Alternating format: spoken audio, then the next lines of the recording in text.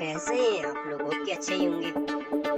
जय हिंद दोस्तों, कैसे हैं आप सब। आज हम हिमाचल प्रदेश के उस लोकप्रिय स्थान की बात करने जा रहे हैं जिसका नाम है डलहौजी। दोस्तों, अगर आप डलहौजी जाने का प्लान बना रहे हैं तो ये वीडियो आप लोगों के लिए काफी यूजफुल है, क्योंकि आज की वीडियो में मैं आप लोगों को बताऊंगा कि आपको डलहौजी कैसे पहुंचना है, डलहौजी में आपको कितने दिन का ट्रिप बनाना चाहिए और डलहौजी में आपको कौन से सीजन में आना चाहिए, डलहौजी में आपको रुकने की क्या व्यवस्था है और साथ ही साथ हमको वहाँ भोजन की क्या व्यवस्था है, डलहौजी में हमको कौन कौन से स्थान पे विजिट करना चाहिए और हमारा साधन क्या होगा डलहौजी पूरे घूमने के लिए, और अंत में ये भी जानेंगे कि डलहौजी ट्रिप को करने के लिए एक व्यक्ति का कुल खर्चा कितना लग जाएगा। तो दोस्तों बने रहिए मेरी वीडियो में, एक एक करके सारी बातों को विस्तार पूर्वक वर्णन करूंगा, जिससे आपको डलहौजी यात्रा करने के लिए काफी सहूलियत मिलेगी और साथ ही साथ आपका कुल खर्चा भी कम आएगा। तो बिना विलंब किए प्रारंभ करते हैं। सबसे पहली बात कि आपको डलहौजी कैसे पहुंचना है। दोस्तों, डलहौजी पहुंचने के लिए आपके पास तीन ऑप्शन है। पहले ऑप्शन की अगर मैं बात करूं वो है आपका बाई ट्रेन। अगर आप ट्रेन से आना चाहते हैं डलहौजी जाने के लिए जो नियरेस्ट रेलवे स्टेशन है वो है पठानकोट जंक्शन या फिर पठानकोट कैंट।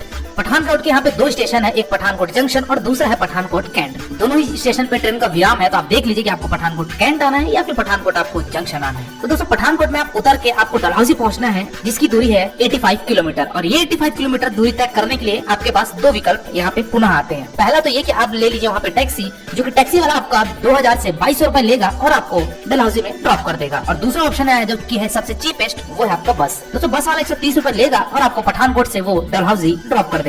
तो अगर आप चीपेस्ट मोड अपनाना चाहते हैं तो बस आपके लिए काफी कन्वीनियंट है। चलिए दोस्तों, दूसरे ऑप्शन की अगर मैं बात करूं यानी कि वो है आपका फ्लाइट का। दोस्तों अगर फ्लाइट से आना चाहते हैं तो जो नियरेस्ट एयरपोर्ट है वो तो है हिमाचल प्रदेश का कांगड़ा एयरपोर्ट, जो कि डलहौजी से 107 किलोमीटर की दूरी पे स्थित है। तो आप कांगड़ा एयरपोर्ट आकर वहां से टैक्सी के माध्यम से या फिर बस के माध्यम से आप डलहौजी पहुंच सकते हैं। लेकिन कांगड़ा तक आपको शायद डायरेक्ट फ्लाइट ना मिले तो फिर आप आ सकते हैं। दूसरा एयरपोर्ट है वो है आपका जम्मू एयरपोर्ट। जम्मू एयरपोर्ट से जो डलहौजी की दूरी है वो आपकी 180 किलोमीटर पड़ती है और ये 180 किलोमीटर दूरी तय करने के लिए आपको लगभग 6 घंटे लग जाएंगे और आप टैक्सी के द्वारा या फिर आप बस के द्वारा डलहौजी पहुंच सकते हैं। दोस्तों अगर आप जम्मू नहीं जाना चाहते हैं तो एक और एयरपोर्ट है, वो है आपका अमृतसर एयरपोर्ट। अमृतसर एयरपोर्ट से जो डलहौजी की दूरी है वो आपकी 210 किलोमीटर की पड़ती है और ये 210 किलोमीटर दूरी तय करने के लिए आपको लगभग 7 घंटे का सफर बाई रोड डिस्टेंस ट्रेवल करना ही पड़ेगा। चलिए दोस्तों लास्ट बात करते हैं जो की आपका बाई रोड डिस्टेंस। दोस्तों अगर आप दिल्ली से डायरेक्टली डलहौजी पहुंचना चाहते हैं तो दिल्ली से चलती है आपकी वॉल्वो बस और एक चलती है ऑर्डिनरी बस यानी कि सीटिंग बस। दोनों ही बस आपको डायरेक्ट डलहौजी के लिए मिल जाएंगी, तो आप दिल्ली से डायरेक्ट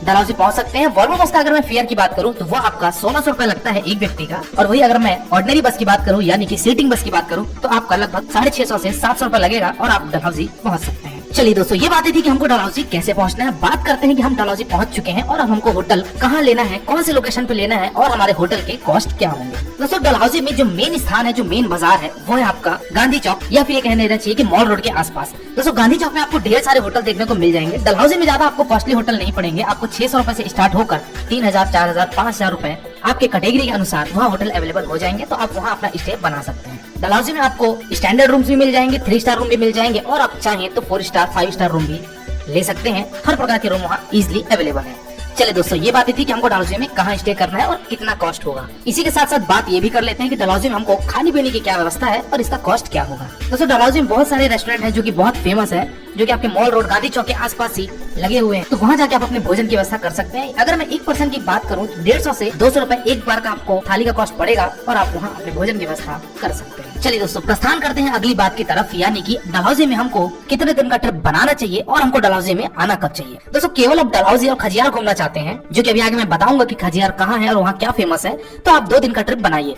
लेकिन अगर आप डलहौजी को पूरी तरीके से एक्सप्लोर करना चाहते हैं तो फिर आपको लगभग 4 दिन का ट्रिप बनाना ही पड़ेगा, क्योंकि कुछ साइड से दूर दूर भी है, तो वहाँ जाने के लिए आपको कम से कम 4 दिन की आवश्यकता जरूर पड़ेगी। और इसी के साथ साथ ये भी बात कर लेते हैं कि डलहौजी का जो सबसे बेस्ट टाइम है वो कौन सा है, तो वो है आपका दिसंबर से लेके फरवरी तक का। दोस्तों ये 3 महीने में ही आपको स्नोफॉल देखने को मिलेगी डलहौजी के खजियार में। तो आप इस 3 महीने में अगर आप आते हैं यानी कि विंटर के टाइम पे आते हैं तो आपको यहाँ का नेचुरल ब्यूटी, यहाँ की स्नोफॉल और यहाँ का वातावरण काफी आपको पसंद आएगा, तो आप इस 3 महीने पे आ सकते हैं। वही अगर आप आते हैं समर के टाइम पे तो भी डलहौजी बहुत फेमस है, क्योंकि यहाँ की जो बुग्याल होती है यानी कि जो यहाँ का प्राकृतिक सौंदर्य होता है, यहाँ की जो वादियाँ होती है हरी भरी, वो काफी शानदार होती है। तो आप अगर समर में आना चाहते हैं तो भी आप डलहौजी का प्लान बना सकते हैं। चलिए दोस्तों अगली बात करते हैं कि अब हमको डलहौजी में कौन कौन से स्थान पे विजिट करना चाहिए। डे बाय सेटरी मैं आपको बताता हूँ, जिससे आपको काफी सहूलियत मिलेगी डलहौजी ट्रिप को करने के लिए। सबसे पहली बात तो दोस्तों डे नंबर 1 पे आपको जाना है पंचपुला। दोस्तों पंचपुला यहाँ पे नाम से समझ में आ रहा है कि यहाँ पे 5 पुल आपको देखने को मिलेगा, इसलिए इसका नाम पंचपुला है। ये एक पिकनिक स्पॉट है जो कि आपको काफी शानदार लगेगा, तो आप पंचपुला भी जाइए, यहाँ कुछ समय एक्सपेंड कीजिए। और पंचपुला से ही थोड़ी सी और ऊपर अगर आप जाएंगे तो आपको एक और स्थान मिलेगा जिसका नाम है सातधारा वाटरफॉल। दोस्तों सातधारा वाटरफॉल, यहाँ पे 7 धारियों में अलग अलग वाटरफॉल्स आपको देखने को मिलेंगे, इसलिए इसका नाम सातधारा वाटरफॉल्स है। तो आप पंचपुला से थोड़ी सी ऊपर और ट्रैकिंग करके जाएंगे तो आपको ये सातधारा वाटरफॉल भी देखने को मिलेगा। दोस्तों इसी रूट में और बात कर लेते हैं कि पंचपुला से ही आपको एक और स्थान पे जाना है जो कि अगला स्थान है, और वो है आपका गंजी पहाड़ी। दोस्तों गंजी पहाड़ी जाने के लिए आपको थोड़ी सी ट्रैकिंग करने की जरूरत पड़ेगी, लगभग आपको 25 से 30 मिनट की ट्रैकिंग करनी पड़ेगी और आप पहुंचेंगे गंजी पहाड़ी पे। दोस्तों ये पहाड़ी का नाम गंजी पहाड़ी इसलिए है कि यहाँ पे आपको ज्यादा कुछ देखने को नहीं मिलेगा, छोटी सी ये पहाड़ी है, और अगर आप विंटर में आते हैं तो यहाँ का आपको स्नोफॉल भी देखने को मिलेगा और यहाँ पे स्नो की आपको चादर भी देखने को मिलेगी। तो अगर आप विंटर में आ रहे हैं तो गंजी पहाड़ी जरूर जाइएगा, ट्रैकिंग करके जाने का इसका कुछ अलग ही अंदाज है। तो आप यहाँ भी जाइए, कुछ समय यहाँ व्यापन करके आप प्रस्थान कीजिए अगले स्थान की तरफ जो कि है आपका रंग महल। दोस्तों रंग महल 18वीं सेंचुरी में राजा उमेद सिंह द्वारा बनवाया गया था, जो कि ये भी एक काफी अट्रैक्टिव प्लेस है। तो यहाँ पे आप जाइए, कुछ समय यहाँ व्यतीत कीजिए, यहाँ पे आर्किटेक्चरल अट्रैक्शंस को देखिए, साथ ही साथ यहाँ पे आपको ऑर्नामेंटल वॉल पेंटिंग भी देखने को मिलेगी। तो यहाँ पे आप कुछ समय दीजिए और बढ़िए आप अगले स्थान की तरफ जो कि है आपका मॉल रोड। दोस्तों जहाँ पे आपने स्टे किया था, जहाँ पे आपके होटल्स थे, तो इवनिंग के टाइम पे मॉल रोड का माहौल काफी ज्यादा शानदार हो जाता है डलहौजी के।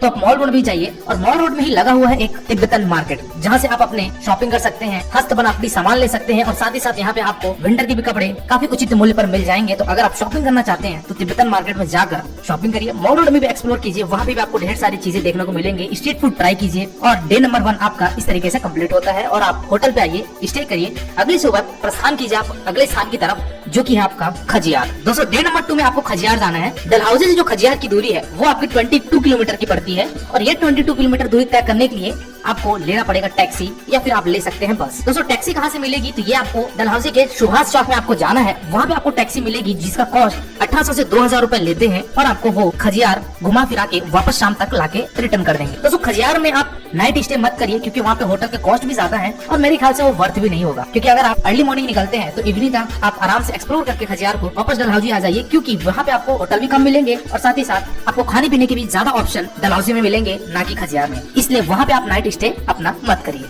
तो दोस्तों आप सुभाष चौक से आप अपने टैक्सी लीजिए और आप खजियार पहुंचिए। दोस्तों रास्ते में खजियार जाते वक्त आपको यहाँ पे एक मिलेगा चमेरा लेक। दोस्तों इस चमेरा लेक पे थोड़ा सा स्टे करके आप यहाँ पे कुछ समय दीजिए, क्योंकि ये काफी शानदार है। रावी नदी पे ये यहाँ पे ये लेक को बनाया गया है, जहाँ पे आपको हाइड्रो पावर प्लांट भी देखने को मिलेगा। तो यहाँ का भी दृश्य देखिए और आप प्रस्थान कीजिए खजियार के लिए। दोस्तों हार्डली 1 घंटे लगेंगे और आप खजियार पहुंच जाएंगे। दोस्तों अगर आप विंटर के टाइम पे आ रहे हैं तो खजियार में आपको स्नो भी देखने को मिलेगी, और अगर किस्मत रही आपकी तो स्नोफॉल आपको देखने को मिलेगा। लेकिन वही अगर आप समर के टाइम पे आ रहे हैं तो आपको यहाँ की वादियों, यहाँ का प्राकृतिक सौंदर्य भी देखने को मिलेगा, जिसको यहाँ पे बुग्याल कहा जाता है। तो दोस्तों खजियार आपको एक्सप्लोर करना है, अगर स्नो तो फिर आप विंटर में आएंगे, अगर अदरवाइज अगर आप बुग्याल का आनंद उठाना चाहते हैं तो फिर आप समर में आ सकते हैं। दोस्तों खजियार में आपको और भी एडवेंचरस एक्टिविटीज भी करने को मिलेगी, जो कि आपका पैराग्लाइडिंग, हॉर्स राइडिंग, और भी अगर आप कोई स्नो एक्टिविटीज करना चाहते हैं तो ये सारी चीजें आप यहाँ खजियार